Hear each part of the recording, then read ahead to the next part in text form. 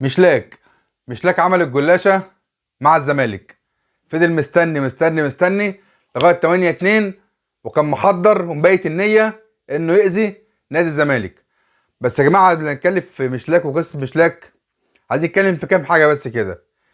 هو الناس كده في الزمالك هتسكت عادي على اللي بيحصل ده؟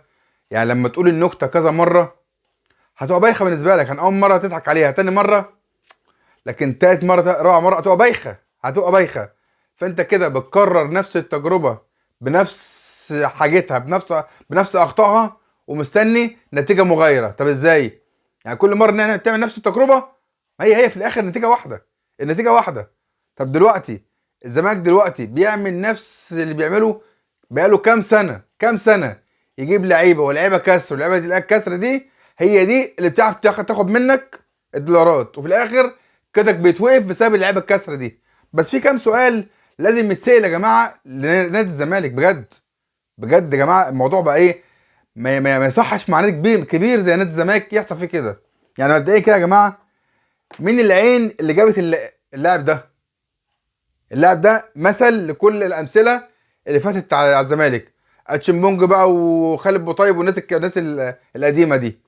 مين العين اللي جابت اللاعب ده؟ طيب دي حاجه التانيه، مين اللي عمل له العقد؟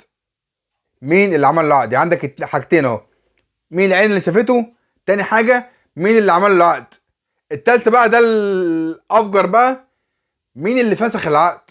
ما برضه يا جماعه فسخ العقد ده برضه في صياعه وفي فن، يعني مش اي حد مش هفسخ وخلاص.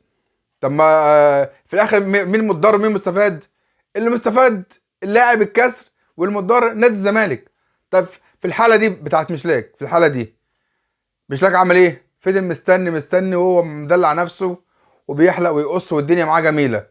اول ما 8-2 جه على الفيفا على طول هيشتكي نادي الزمالك وهيكسب، وزود بقى في الزمالك مديونيات ووقف قيد. طب ازاي يا جماعه؟ طب ازاي الامور في الزمالك ماشيه كده؟ ده اللي احنا بنتكلم فيه. الفسخ ليه معلمه يا جماعه، ليه معلمه وليه ناس تعرف تفسخ العقد صح. لكن افسخ العقد وخلاص؟ طب العقد شريعه المتعاقدين، لما افسخ العقد من طرف واحد، وده اللي حصل في مشلاك. ايه اللي حصل؟ نادي واحد السعودي قال لك ايه؟ اللاعب ليه 700,000 دولار هياخدها بلس 500,000 دولار تعويض. يعني مشلاك ده اللي ما لعبش ب 2 جنيه مع نادي الزمالك هياخد 1,200,000 دولار ليه لوحده. حلو. طب نادي واحد السعودي هيسكت؟ لا طبعا، هيستخدم حقه القانوني الصحيح 100%. دلوقتي في عقد ما بين طرفين، ما بين انا كنادي الزمالك وانت كنادي واحد السعودي. حد من الاثنين لو فسخ عقد التاني هيلجأ عليه قضائيا، وده حقه تماما يعني. ده اللي حصل. رئيس نادي واحد طلع قال لك ايه؟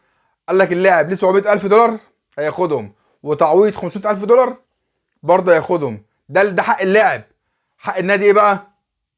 يا باشا انت فسخت العقد من غير ما تختارني، فسخته من طرف واحد من تلقاء نفسك، اتحمل بقى، هلجأ عليك بالتعويض وهكسب برضه. زود بقى في افتح القوس وزود مشلاك. في الاخر بقى يا جماعه ده كله ما ينفعش الكلام ده يحصل في نادي كبير زي نادي الزمالك يا جماعه، ما ينفعش يحصل ده. وترجع تقول بقى النادي الاهلي بيكسب ازاي وفلوسه بتيجي ازاي وصفقاته بتيجي ازاي.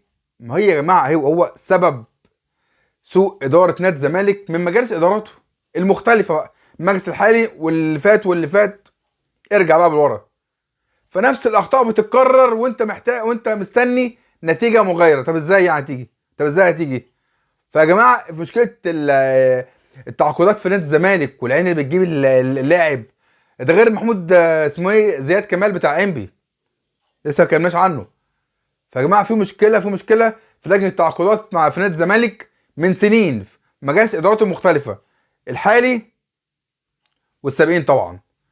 فما ترجعش يا جمهور الزمالك او اي حد من نادي الزمالك او اللعيبه القدامى من نادي الزمالك يقول لك الاهلي فلوسه بتيجي منين؟